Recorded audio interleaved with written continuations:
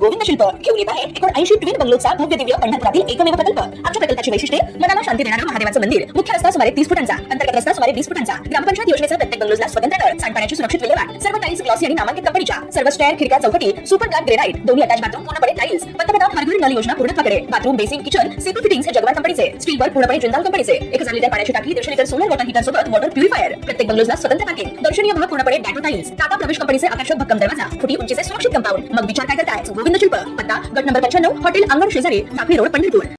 खराड येथील खांदवेनगर येथील Fortune city परिसरात एका घरात सिलेंडर जोडत असताना रेग्युलेटरमधून गॅस गळती झाल्याने स्फोट होऊन त्यात घरातील वृद्ध आई वडील आणि मुलाचा मृत्यू झाला।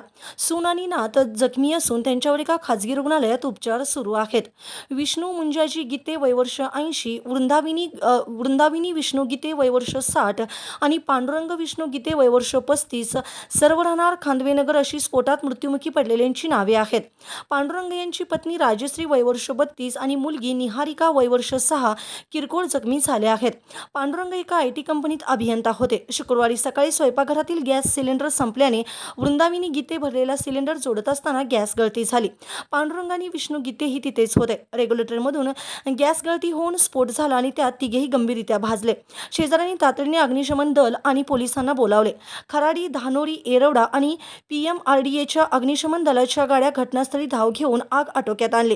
ससून रुग्णालयात उपचार सुरू असतानाच दुपारी 12च्या सुमारास पांडुरंग गीते यांचा मृत्यू झाला। दुपारी 3 वाजता विष्णू गीते आणि 5:30ला वृंदाविनी गीते यांचा मृत्यू झाला। आई वडील आणि मुलाचा अशा प्रकारे मृत्यू झाल्याने परिसरात हळहळ व्यक्त करण्यात आली।